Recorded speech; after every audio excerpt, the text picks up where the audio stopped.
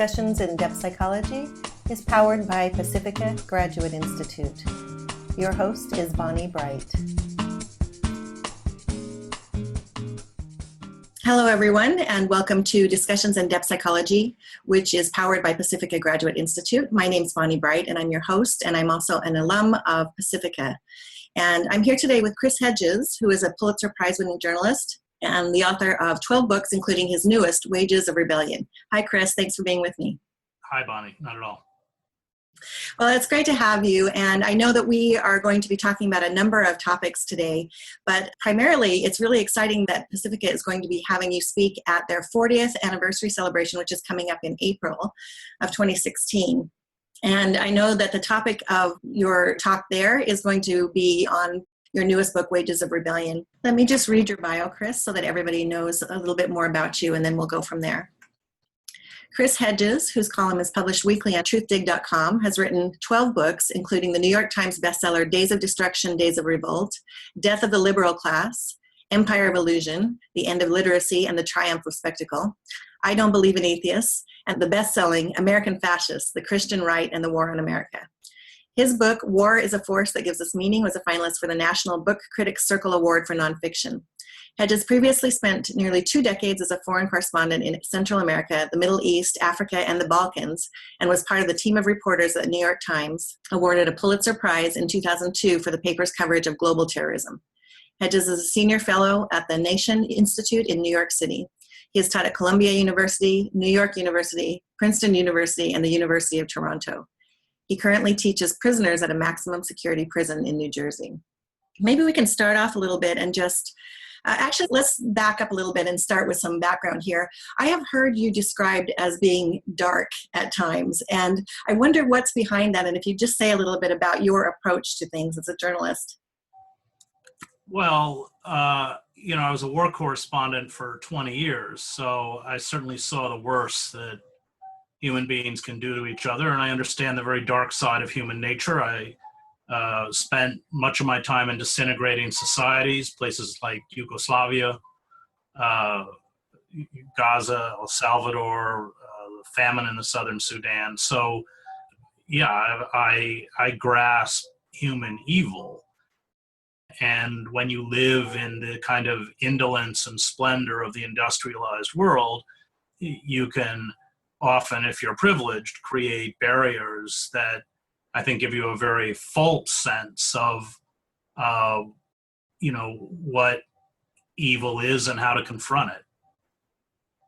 Well, I have to say, dark is a topic that is often embraced in depth psychology. And of course, primarily, I suppose that a lot of our listeners are going to be depth psychologists or people that are coming from a background in that. And certainly the question of evil is part of that.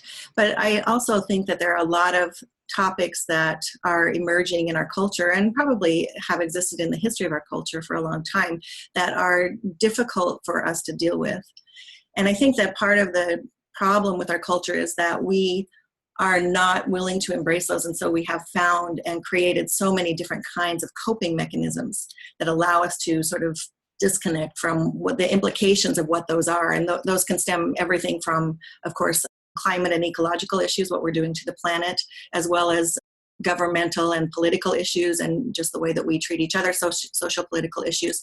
Maybe you can share with us a little bit about what your recent work has been around the idea of how these kinds of things are showing up in our culture and how you feel that we're dealing with those. Well, like any society that's coping or attempting to cope with its own morbidity, and here I would go back to the Greeks, and in particular Plato, who understood that time is not linear, that both individuals as well as civilizations have cycles of growth, maturation, decay, decadence, and death.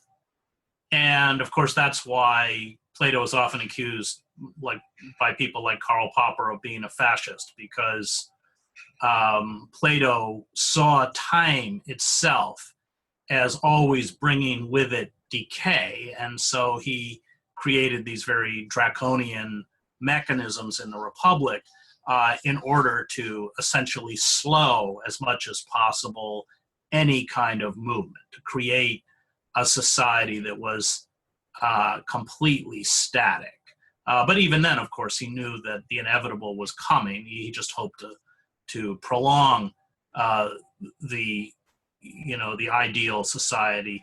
And I think that is a more accurate view of reality. I think history bears that out.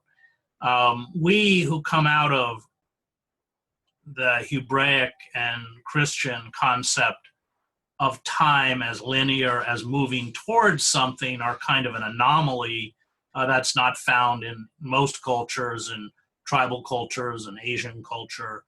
And therefore, when we actually have the signs of morbidity around us, the climate, the ecocide that the fossil fuel industry is committing, the classic example of an empire expanding beyond its capacity to sustain itself, not a small issue, by the way, in the time of Plato, with Pericles, who was able to stave that off until his death. And the physical decay in terms of cities across the country, that inability to cope with reality means that morbidity expresses itself in other forms. We can see that in the election cycle, where discourse has descended to the level of an adolescent's locker room, where we are fed, and the Democrats are as guilty of this as the Republicans, these manufactured political personalities that feel our pain, these celebrations of quote unquote military virtues, the American character. All of these are signs that we as a culture are fleeing from the reality around us. Now, that's not uncommon. I'm not a Platonist, but we can go back to Plato, where he talks about most of the population being fed these illusions, flickering on the wall of the cave. And so the question becomes, what happens when somebody steps outside the cave and sees the manipulation and comes back to inform those people who are being entranced by illusions. And of course, we are entranced by our electronic hallucinations. Well, then they're killed. So, any kind of grounding in history, and in particular, any study of how past civilizations have fallen apart from Easter Island to the Austro-Hungarian Empire, it has common patterns and common responses. And there was a very good book I read a few years ago called Easter Island, Easter Earth, that exposed all of that. They're using their last final resources to build these giant stone figures, and chopping down their last tree and eating their last egg out of a nest, and until they commit, sort of self-extinction. So, you go back and look at the final years of the Austro-Hungarian Empire, and writers like Joseph Roth and historian Fred Morton and others have written about that. With variations and differences, we're not any different. Certainly, technologically, human society has progressed, but I don't think you can argue that human nature has changed perceptibly in centuries, if not millenniums. If not since the beginning of human civilization, yeah. Right. I mean, I wasn't there, but we certainly haven't evolved much. It doesn't seem like it, and yet it seems like, as particularly from a depth psychological standpoint, that's what we look at as being sort of our role here, is to evolve and to awaken on some level, and to go into this process of what Jung called individuation, which of course is becoming more whole on some level. And I must have read an excerpt maybe from that same book that you just mentioned about Easter Island, and I remember something that I read specifically. It said, "Who was the guy who cut down the last tree?" It's That's like, from that book. Yeah, it is from that book. It is. So how can they not know that? Internet talk, so maybe it was one of my talks. But yeah, of course. I mean, what were they thinking? And the fact is, they weren't thinking, and we're not thinking. And the problem is that as these societies become so confronted with apocalyptic end, there is a kind of psychological mechanism by which people blind themselves. And those who seek to name that reality, like Cassandra, become pariahs within the society. People don't want to hear it because the future is so bleak and so difficult. And I think we could take just the issue of climate change. That has certainly become our case. We live with two illusions. One, of course, that it doesn't exist, or two, that we can adapt, that somehow technology will adapt. Both are equally fantastical. And yet it's a comforting belief system, but essentially it shuts us off from what's happening around us. So, intellectuals, artists, their role, as Nietzsche pointed out, is to see and confront that reality, that kind of what Nietzsche called that molten pit. And when they come back out, Nietzsche calls them burnt children. Of course, the thing with Nietzsche, he says that because people can't confront it, the role of the intellectuals and the artists is to create illusions. There I would disagree with Nietzsche, but certainly the fact that the seers within the society in times of distress are condemned and vilified, and we see that within our own society, it becomes kind of this sick mania for hope, in that if it's not hopeful, if it's not positive, then we don't want to hear it. And that, for me, coming out of war, having spent 2 decades covering wars, is dangerous. We in war didn't use the words optimist or pessimist. We sought to understand the weapon systems arrayed against us at the end of that road and responded accordingly.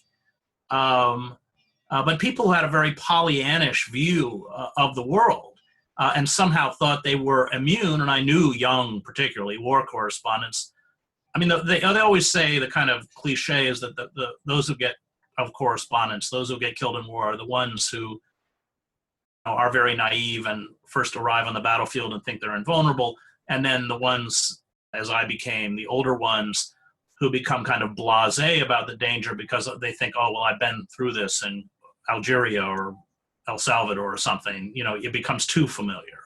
But there's a kind of truth to that. I knew a correspondent in Sarajevo who, to taunt the Serb snipers, would get up in his car and drive across the tarmac, which was disputed territory on the old airport, to a Croatian town called Kiseljak to buy cigars and drive back. It was utter bravado. And he spray painted on the side of his car, "Save your bullets, I'm immortal," until, of course, he got shot and crippled. And I've known other correspondents who weren't as fortunate, who got killed. So I think you can extrapolate that to the society at whole, that when you don't confront the perils around you, when you build psychological mechanisms or walls, which we have done with the aid of technology and the aid of this culture, then you're almost guaranteed to commit collective suicide. And I think that's, I'm accused of being dark. I'm dark because I think that's what's happening around us. And the consequences of it, not so much for me, but certainly for my children and for future generations, is catastrophic. Because if we don't radically reconfigure our relationship to each other and to the earth, we are going to have to begin to confront the extinction of the human species. Mm-hmm. Yes, and everything around us, which begins to disintegrate as we go. And everything around us. I'm a vegan, so I won't pitch you with that, but yes, all species. Yeah.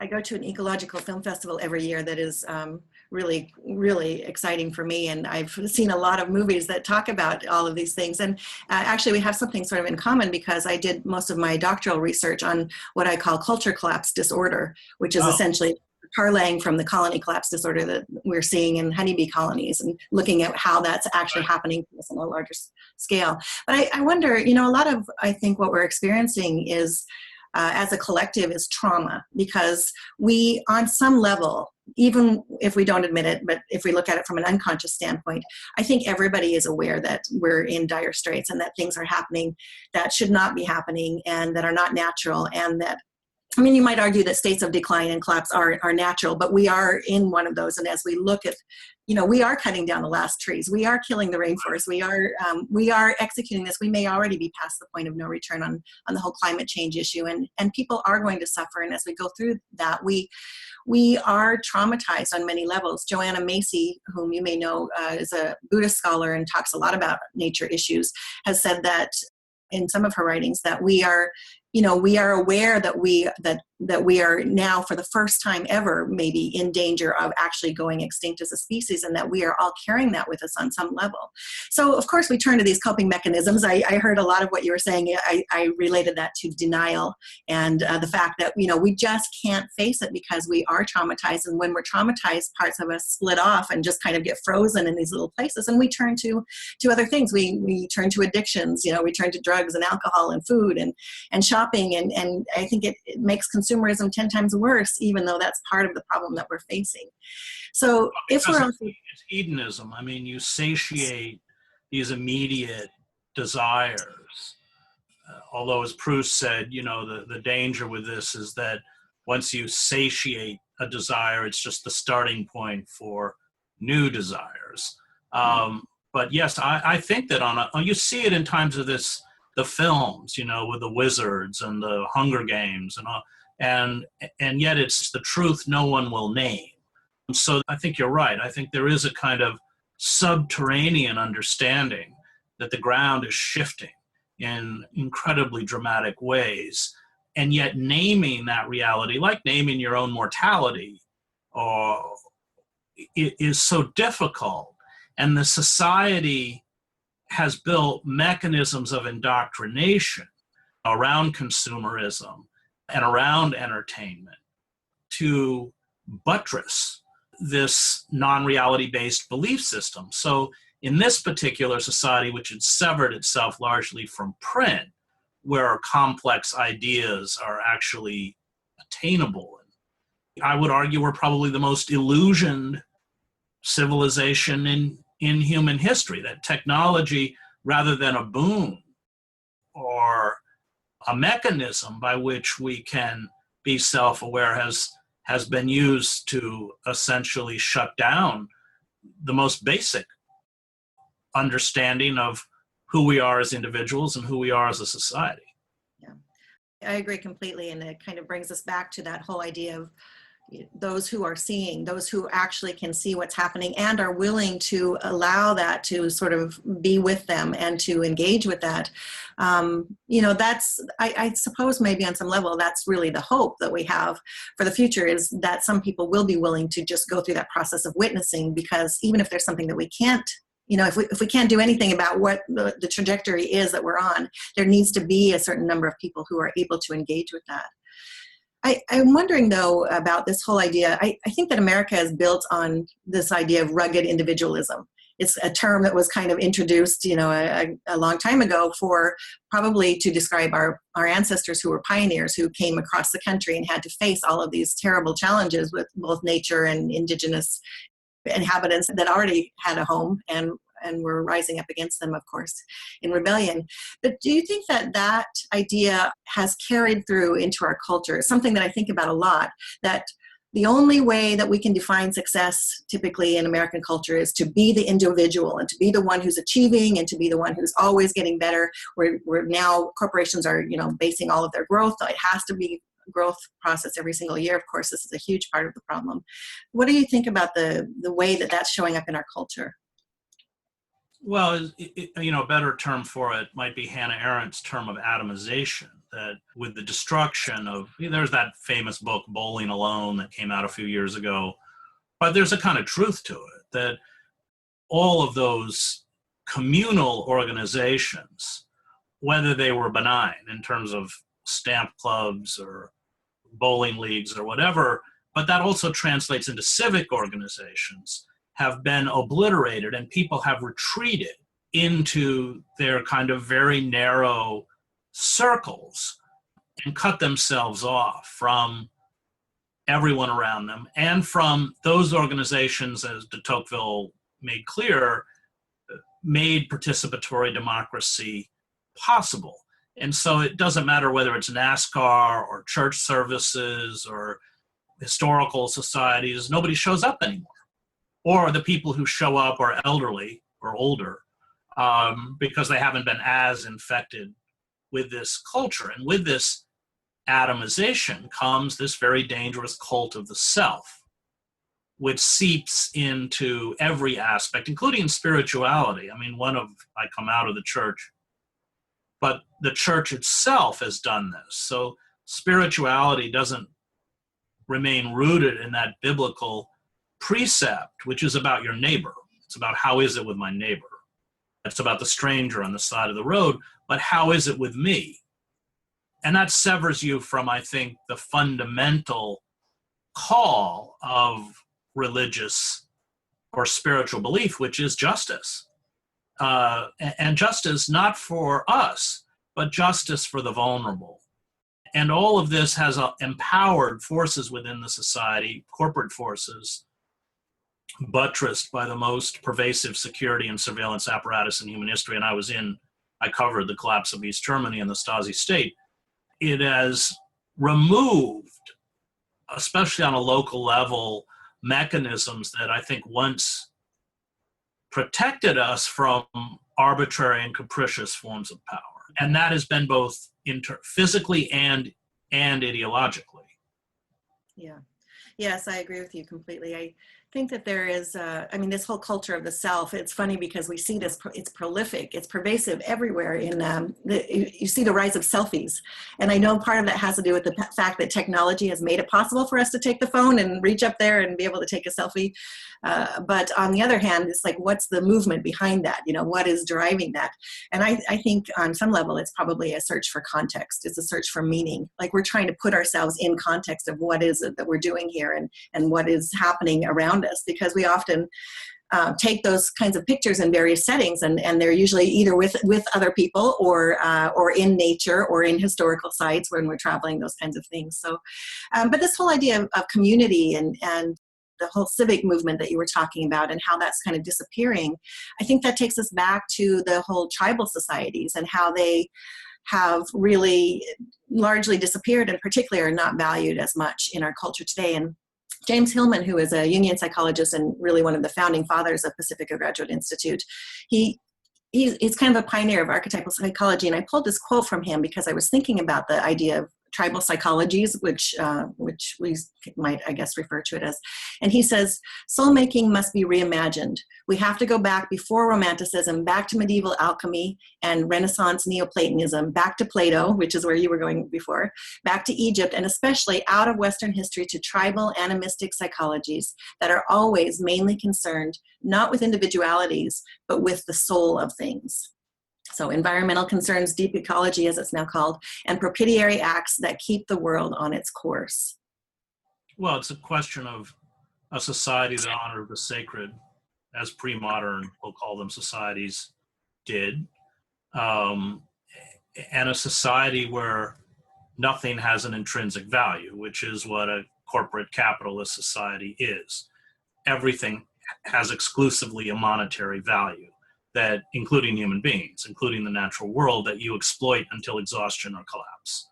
And such societies, as Karl Polanyi points out in The Great Transformation, have built within them their own self-annihilation.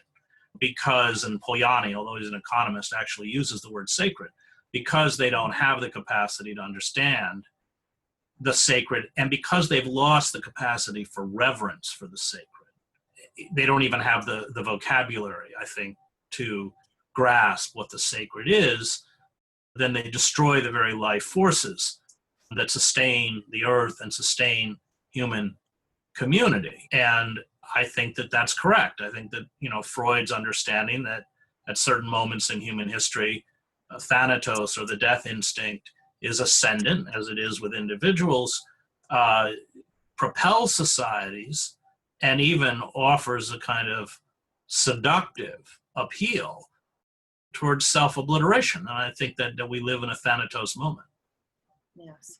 Yeah, C.G. Jung often referred to this, I think what you're describing as the return of the repressed. So these things that we are constantly trying to push down and not think about and try to distract ourselves from are actually rising back up, and they're going to rise up in a way that they will get attention regardless. And as we start to see that in the disintegration of things around us, I believe that is what's happening. Yeah, I think that the society is, there are all sorts of ways that morbidity is expressing itself now throughout the culture. We can start with pornography and the lust for violence, consumerism, a multiplicity of ways that morbidity is expressing itself because we as a society have been unable to face that reality, and because in essence we are fleeing, we are looking for mechanisms to flee from that reality. Mm-hmm. Mm-hmm. Yeah, fleeing, or there's a really excuse me, there's a really interesting book that I have been fascinated by for years by someone named Philip Cushman, who is also a psychologist. And the name of that book is Constructing America, Constructing the Self. And in it, he talks about this notion, which probably isn't new, but I really like the way that he terms it and talks about it. He talks about this notion of an empty self, and the idea that we as individuals are disconnected from that sense of something that's larger. And in your, the term that you used was the sacred. And I also really like that term. Of course, it's not one of those terms that we can use widely in society and expect people to really connect with and understand what that's about. But this whole idea of the empty self, because we're not connected to that something larger, we're constantly looking for ways to stuff that emptiness inside of us. And of course, this is where a lot of these challenges come to us. So the question is, how do you think we can individually or as a culture begin to move more into that space of meaning, to reconnect with something that is larger than ourselves, that actually brings the kind of connection and meaning to the world around us, to each other as human beings, to our, four-legged and winged people that are out there? How do we begin? Because this seems like such an overwhelming task sometimes in the face of what seems like a very shallow and disconnected world. We have to build walls between ourselves and the rest of the culture. I mean, I don't have a television. I don't have a Facebook page. I don't tweet. I don't have a web page. Instagram. I don't do any of that. I make sure and I remain rooted in print.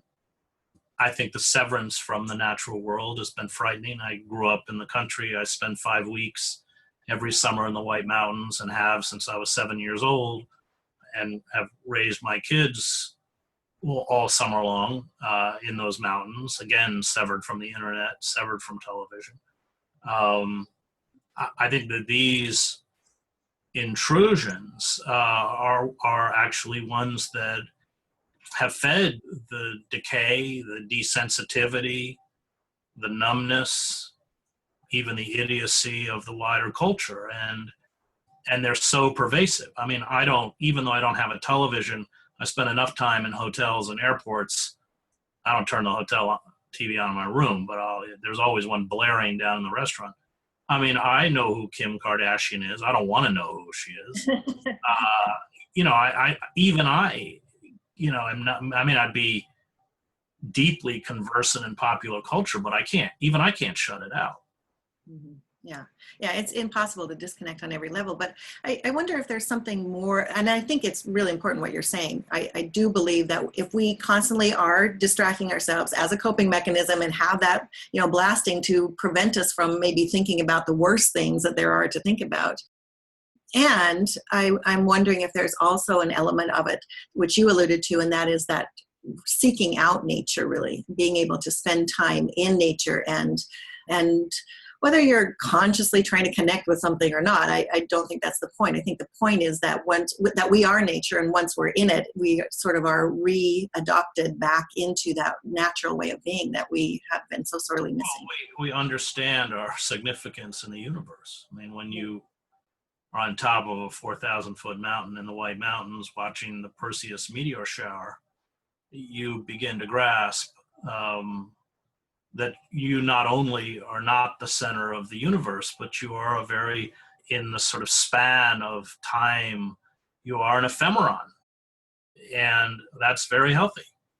And that's deeply religious. I mean, that's the whole Ash Wednesday, you are dust and to dust you will return. I think that the cult of the self thrives on this massive elevation of ourselves out of all proportion to who we are within the society, who we are within the span of time, and connecting with the past. I mean, historical amnesia is one of the fruits of, any totalitarian-based or spectacle-based society. All totalitarian societies are spectacle-based. And we've lost connection with the voices of our ancestors, with those who went before us, with those who thought about these issues, with those who can free us from the cant of modernity. It can reflect, I think of Aristotle, it can reflect on, what it means to have a life of meaning, what it means to participate within a society. All of these things are issues that the great artists and writers and intellectuals have struggled with. But when you're cut off from those voices, then in many ways you're cut off from what it means to be human. Mm-hmm. Yes, very true. And, it brings me back to Thomas Berry, who's a real hero of mine. He's, I guess, referred to as a geologian. He was a theologian and, of course, was involved in the geology of things. But he talks about how poetry and art can be the language that brings us, it reminds us, it brings us back to that forgotten connection with nature. So if we're not able to be on that mountain looking at the meteor shower, we can come back to art and poetry, which is the bridge between us. No, art and poetry grapples with the non-rational, beauty, truth, grief, the struggle with our own mortality, love. Freud said, I can never write about love. I can write about sex. I can't write about love. Those mysteries that go into making a complete and a whole human being. And, as the Buddhist said, you can memorize as many sutras as you want. It will never make you wise.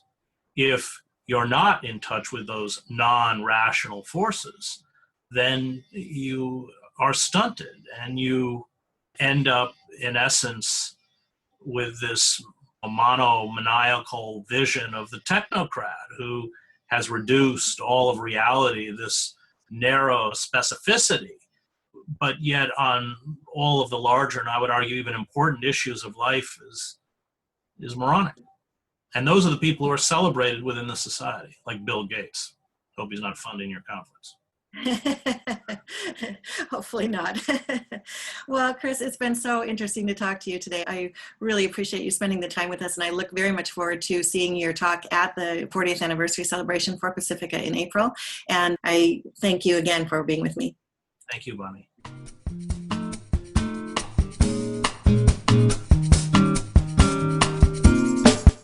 You've been listening to Discussions in Depth Psychology, powered by Pacifica Graduate Institute with host Bonnie Bright.